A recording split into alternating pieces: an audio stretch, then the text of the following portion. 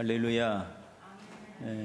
이제 조금씩 뭐 하나를 더 해가다 보니까 우리 하나님께서 우리에게 더 은혜를 더 주실 줄로 믿습니다. 그동안 안 된다 하는 것들을 이게 조금씩 할 수 있으니 그것도 하나님의 은혜인 줄로 믿습니다.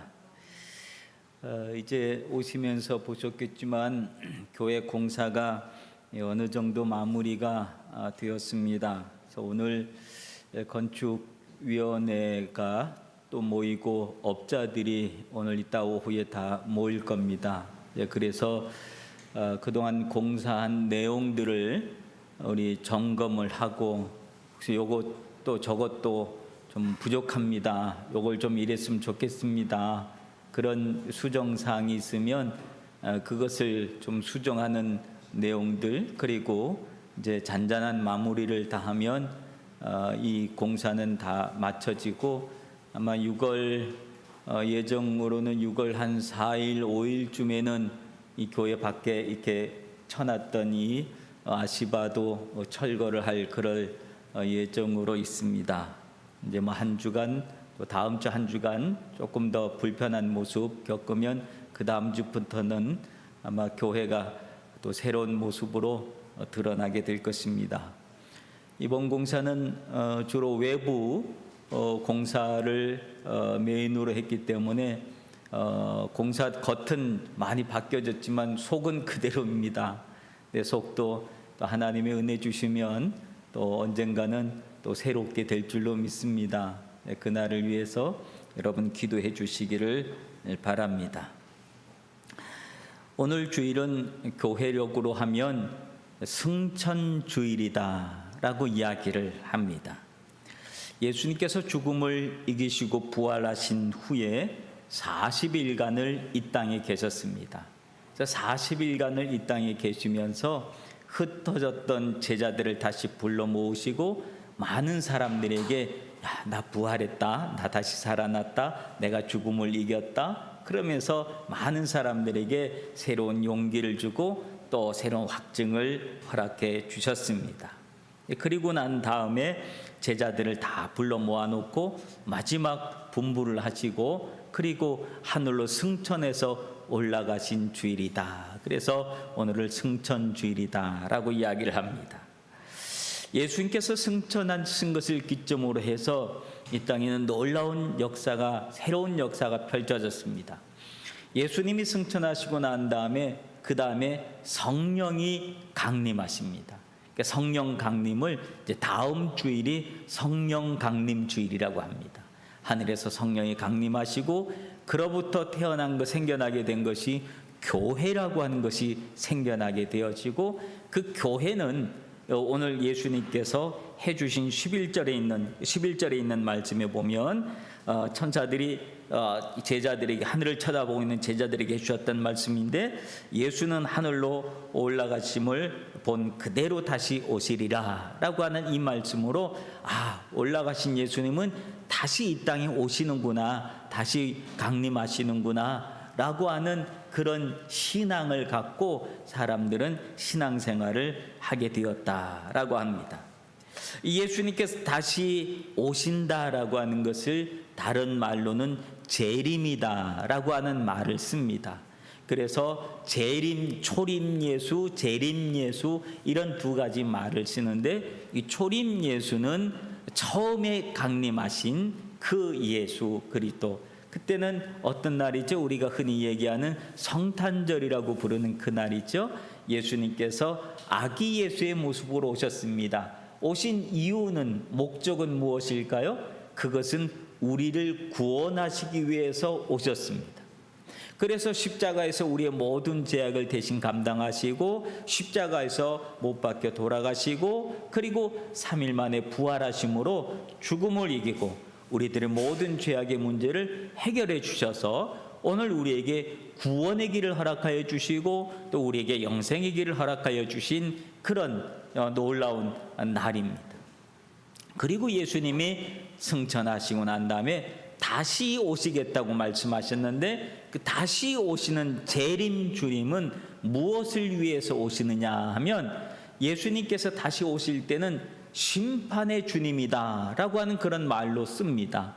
무엇을 심판하시냐면, 무엇을 보러 오시냐면, 오늘 예수님께서 2000년 전에 우리에게 구원받을 수 있는 구원의 길을 열어주셨는데, 그 구원의 길로 우리가 들어섰는지 안 들어섰는지, 그리고 주님께서 말씀하여 주신 이 말씀대로 우리가 살았는지 안 살았는지, 그것을 심판하고 판단하시는 그런 목적으로 다시 오신다라고 합니다.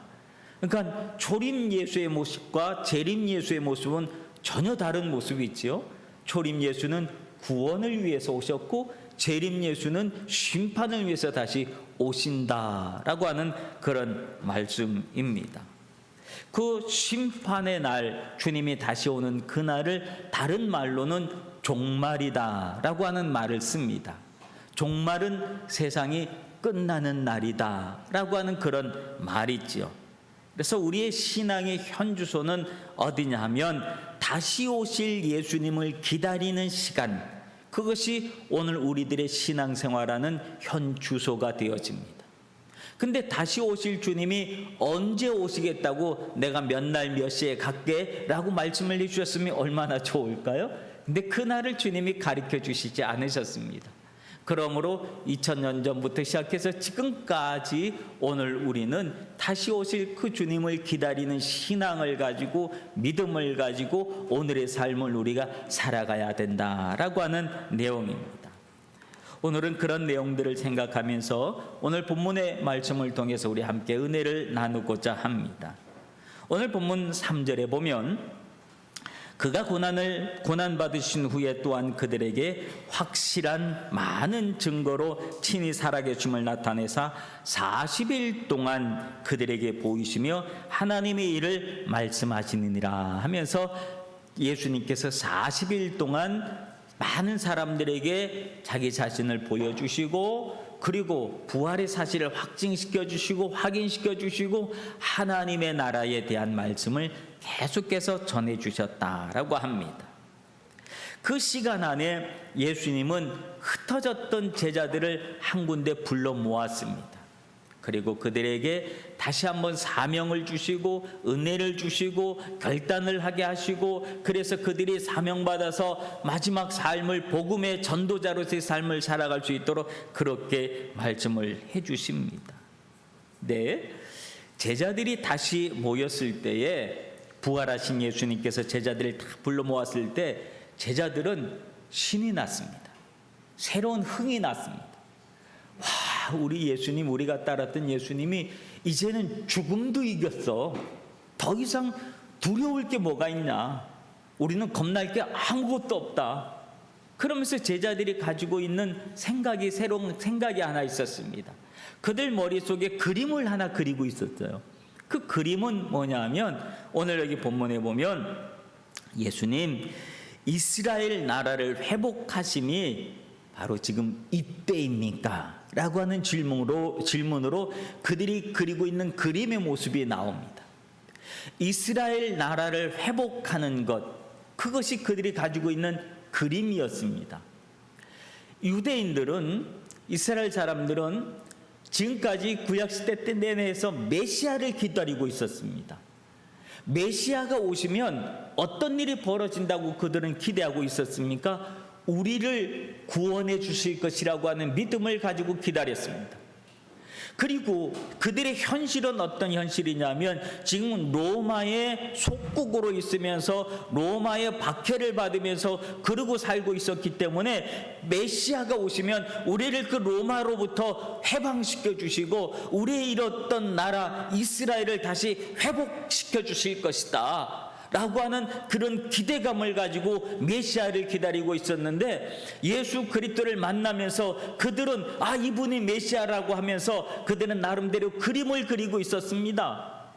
그래서 예수님께서 돌아가시 전에도 같이 사역하면서 주님의 나라가 임하실 때, 라고 하는 기대감을 가지고 그 나라가 임하면 우리가 이 예수님을 도와서 이 세베대 아들 그 어머니가 와서 그리 얘기했잖아요. 예수님 하나는 예수님의 오른편 하나는 왼편에 앉혀주세요. 그렇게 얘기했었잖아요. 하나님의 나라가 임하면, 당신의 나라가 임하면 그런 역사가 일어날 겁니다 라고 하는 그런 기대감을 가지고 있었는데, 예수님이 십자가에 못 박혀 돌아가시면 그들이 가지고 있던 기대감이 다 깨졌었죠. 근데 주님이 부활하시면서 다시 한번 그 그림을 갖게 됐는데, 이전에 가졌던 그림보다 더 강력한 그림을 그들은 나름대로 그리고 있었다는 거예요.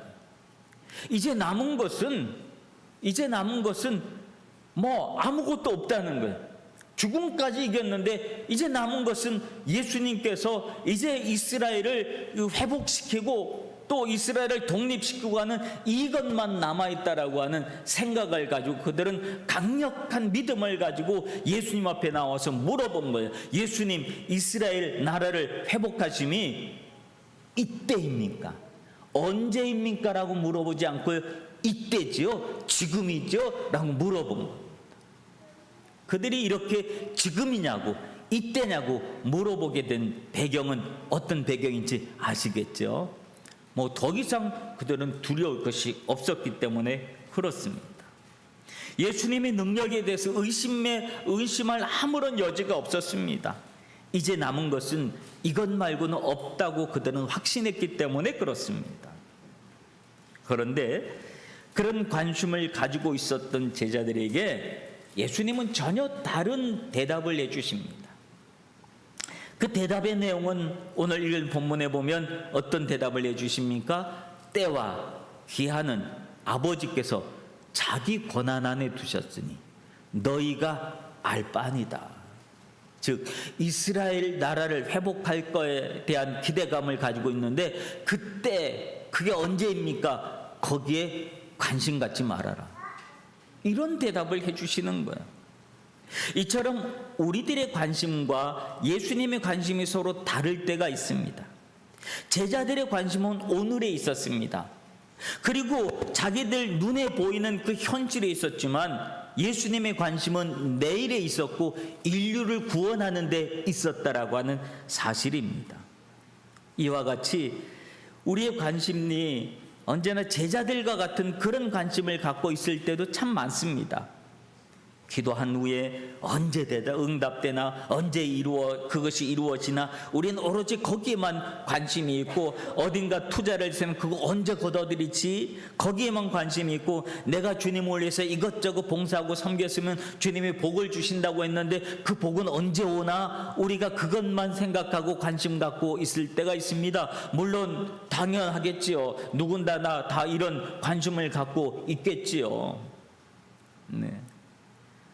그런데 예수님께서 우리가 관심을 갖고 있는 그 관심에 맞는 대답을 해주시면 얼마나 좋을까요? 제자들이 가지고 있는 그 관심에 맞는 대답을 해주신다면 그야말로 할렐루야 아멘 이거죠. 그렇죠? 우리에게 맞는 일들, 내가 원하는 것들, 그 대답을 해주시면 얼마나 좋아요. 근데 예수님의 관심이 우리가 원하는 대답이 아니었다라고 하는 겁니다. 오히려 그때와 시기에 대해서 관심을 갖지 말아라, 전혀 엉뚱한 대답을 해주실 때가 있습니다. 주님이 가르쳐 주시지 않는 겁니다. 그건 하나님의 권한 안에 있으니까 그건 하나님만 아실 문제야. 그건 나도 몰라. 그러니까 나 그거 모른다. 안 가르쳐줘. 이렇게 된 겁니다. 여러분, 우리가요, 주님이 가르쳐 주지 않는 것에 대해서 우리가 지나친 호기심을 가지고 그것을 억지로 알려고 노력하게 되면 어떤 일들이 벌어지게 되냐면, 주님이 이걸 분명하게 얘기 안 해줬네? 그럼 내가 그 분명하게 알아야지. 그리고 자기가 성경을 공부하고 연구를 하고 막 그렇게 합니다. 그건 좋은 일이겠지요?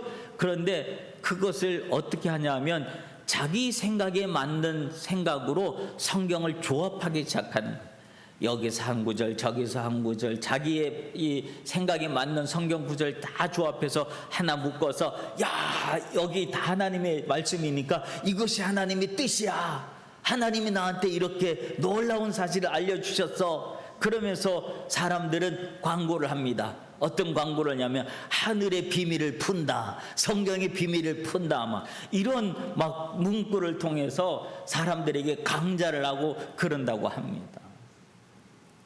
마치 하나님이 자기 자신에게만 신비한 것을 가르쳐 주신 것처럼 그렇게 사람들에게 막 설명을 하고 사람들을 미혹하고 유혹합니다.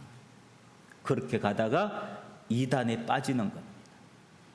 그렇게 하다가 신앙이 잘못된 길로 가는 겁니다.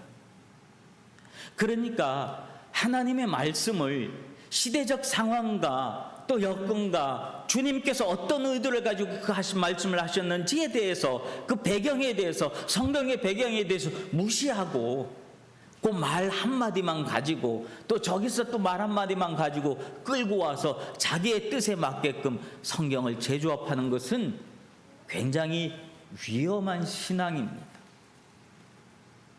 그러므로 바른 신앙은 무엇일까요? 성경이 말하는 것을 우리도 말하고, 성경이 기록된 것을 우리도 읽고, 성경이 말하지 않는 것, 성경이 기록하지 않은 것은 우리도 침묵할 수 있어야 됩니다.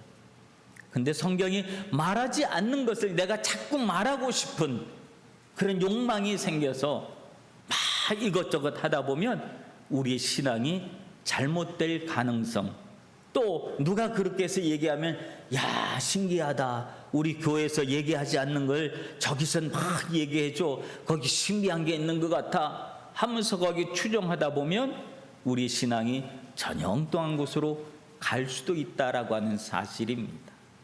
그러므로 주님께서 알려주시지 않은 것, 몰라도 된다라고 하는 것에 대해서 지나친 관심을 갖는 것도 우리의 신앙에 별로 도움이 되지 않는다는 사실을 기억하시길 바랍니다. 그 대신에 주님이 그것은 그때와 기하는 아버지께서 자기 권한 안에 주셨으니 너희 알 바 아니야. 그 대신에 알아야 될 것이 있다는 거예요. 그것이 뭘까요? 그것은 8절에 있는 말씀입니다. 아주 유명한 말씀이죠. 8절에 어떤 말씀입니까? 오직 성령이 너희에게 임하시면 너희가 권능을 받고 예루살렘과 온 유대와 사마리아와 땅끝까지 이르러 내 증인이 되리라. 이 말씀을 예수님께서 해주신 거예요. 언제입니까? 지금이죠? 이때이죠? 라고 하는 것에 관심 갖지 말고 관심 가져야 될 부분은 뭐냐면 성령의 강림이라고 하는 거예요. 성령의 충만이라고 하는 거예요. 그리고 복음을 전파하는 복음 전파에 우리들이 관심을 가지고 있어야 한다라고 하는 사실을 예수님께서 말씀하고 있는 겁니다. 그래서 4절에서는 예루살렘을 떠나지 말고 내게서 들은 바 아버지께서 약속하신 것을 기다려라 하시면서 성령으로 세례를 받으라, 그렇게 예수님이 말씀하신 겁니다. 예수님은 제자들이 마치 되지도 않았는데 다 된 것처럼 예수님 지금이죠? 이제 예수님 뭐든지 말씀만 하시면 우리가 목숨 걸고 나가겠습니다 라고 폼을 잡고 있었던 제자들에게 성령의 충만함을 받으라, 성령이 강림하실 때까지 너희들 기도해라, 그것을 말씀하신 겁니다. 여러분, 우리에게 성령의 충만함은 얼마나 중요한 사실인지 모릅니다. 창세기 2장 7절에 보면 하나님께서 사람을 만드시고 그 코에 생기를 불어넣으시니 생명이 된지니라 라고 말씀하십니다. 오늘 우리에게 성령의 충만함이 없으면 오늘 우리는 영의 사람이 아니라고 하는 사실입니다.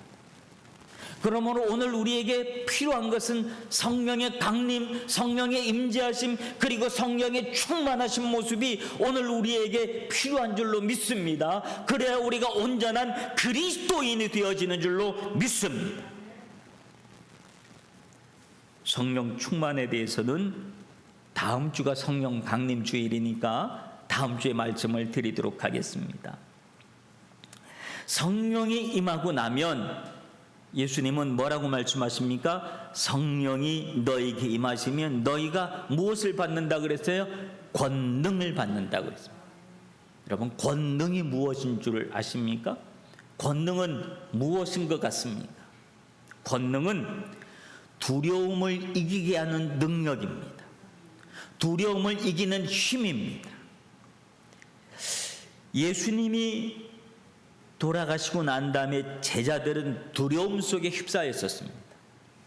그래서 그들은 숨었었고 숨을 죽이고 있었습니다. 로마의 권력자들 앞에서 두려워했었습니다. 사람들을 무서워했었습니다. 그런데 성령의 권능은 그 모든 두려움을 이기고 담대함을 가져다 주어서 예수가 그리스도라고 담대하게 증거할 수 있는 복음의 힘을 가져다 주는 줄로 믿습니다. 이것이 권능이라고 하는 거예요. 우리가 권능이 있으면 어떤 환경 속에서도 어떤 상황 속에서도 우리는 그리스도를 증거할 수 있는 줄로 믿습니다. 이 권능이 없으면 겁이 나서 말을 못해요. 눈치 보여서 사람을 말 못한다니까요. 예수 믿어, 그럼 너 구원받을 수 있어, 너 천국 갈 수 있어라고 눈치 보여서 사람을 말 못한다니까요. 근데 권능이 있으면 이것을 말할 수 있는 힘이 생겨나는 줄로 믿습니다. 이 공사를 하다 보니까 늘 공사하면서 제가 하나님 앞에 기도한 것이 있어요. 이제 많은 사람들이 공사를 위해서 교회를 막 이렇게 들락날락하면서 수리하고 그럴 것인데, 그들에게 복음을 전할 수 있는 길이 없을까? 그게 제가 고민하면서 저 혼자 기도하고 있었던 문제인데, 어느 날 이 공사를 담당한 분하고 이런저런 대화를 나눴어요. 이제 그 젊은 분이기 때문에 내가 친구처럼 이렇게 막 말도 편하게 하고 그렇게 막 얘기를 나누고 있다가 이제 십자가 공사 이야기 나오고 요 그림 얘기도 하고 예수님 그 세족식 발 씻는 이야기도 하면서, 그러면서 자연스럽게 복음에 대해서 저 십자가의 의미가 뭔 줄 아느냐, 저 예수님께서 저 그림의 의미가 무엇인 줄 아느냐 라면서 설명할 수 있는 기회가 생겼어요. 그것을 설명시큰하고 그리고 났더니 마음에 무거웠던 짐이 좀 풀리더라고요. 얼마나 감사했지 몰라요. 그가 듣든 안 듣든 그건 상관없어요. 그건 주님이 하실 문제니까 나는 내가 해야 될 일, 주님이 내게 맡겨주신 그 일을 하면 되니까. 그 일을 하고 났더니 마음이 그렇게 좋을 수가 없더라고요. 여러분, 성령의 권능은 우리가 어떤 상황 속에서도 지혜롭게 그리스도의 복음을 증거할 수 있는 지혜와 능력을 주님은 주시는 줄로 믿습니다. 권능을 받으면 어떤 일이 벌어진다고 얘기합니까? 너희가 예루살렘, 온 유대와 사마리아와 땅끝, 예루살렘을 넘어서 유대로 가고 유대를 넘어서 사마리아 가고 사마리아를 넘어서 땅끝으로 가게 된다. 무엇을 위해서? 그리스도의 복음의 증인으로 가게 될 것이다 라고 하는 이야기를. 이 말씀을 읽으면서 참 그런 생각을 해봤어요. 만약에 내가 그냥 평범하게 예수만 믿고 교회만 다니고 그랬다면 내가 지금 이렇게 일본에 와서 선교사로 목사로 이렇게 할 수 있었을까 싶은 생각이 들기도 해요. 그래서 한국에 있는 우리 어린 적 친구들을 가만히 보니까 예수 안 믿는 친구들도 있고 그렇죠. 그 친구들 가만히 보니까 그냥 평생을 그 동네에서 벗어나지 못하고 그 동네에서만 살더라고요. 근데 예수 믿고 은혜 받고 또 소명 받고 그랬더니 예수님이 그 동네를 떠나게 하셔서 그리스도의 복음을 위해서 나라를 떠나서 세계를 향하여 땅끝까지 이르러 그리스도의 복음이 증거되는 그런 역사를 해주시더라. 성령의 권능은 우리를 세계로 나가게 만든다. 라고 하는 말씀을 느낄 수가 있었습니다. 그러므로 여러분, 오늘 이 자리에 있는 우리 학생들, 우리 청소년들, 우리 젊은 청년들, 여러분 성령의 권능을 받으시길 바랍니다. 그러면 주님이 여러분의 발걸음을 세계로 향하게 하실 줄로 믿습니다.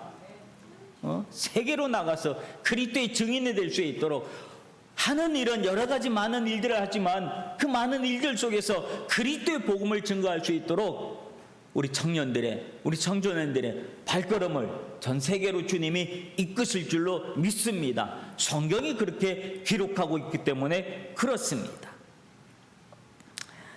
그리고 예수님은 이 말씀을 마지막으로 하시고 9절에 보면 이 말씀을 마치시고 그들이 보는데 올리어져 가시니 구름이 그를 가려 보이지 않게 하였더라 합니다. 즉 예수님이 승천하신 겁니다. 하늘로 올라가신 겁니다. 예수님의 승천은 우리의 신앙에 대단한 메시지를 가져다 줍니다. 요한복음 16장 7절에 보면 내가 떠나가는 것이 너에게 유익하다. 내가 떠나가지 아니하면 보혜사가 너에게로 오시지 아니할 것이요 가면 내가 그를 너에게로 보내리니 라고 예수님이 말씀하셨습니다. 예수님은 떠나갈 것을 말씀해 주셨습니다. 내가 떠나가는 것이 너에게 유익한 일이야 라고 말씀을 해 주셨습니다. 왜냐하면 예수님이 떠나가시고 그 다음에 주님은 누구를 보내주신다 그랬어요? 성령을 보내주신다 그랬어요. 보혜사는 성령인데 성령이 임하시면 그 성령의 역할은 뭐냐면 성령의 역할은 시대를 초월해서 지역을 초월해서 역사를 초월해서 그리스도를 증거하고 그리스도를 믿을 수 있도록 그런 역할을 해주시는 분이 바로 성령이십니다.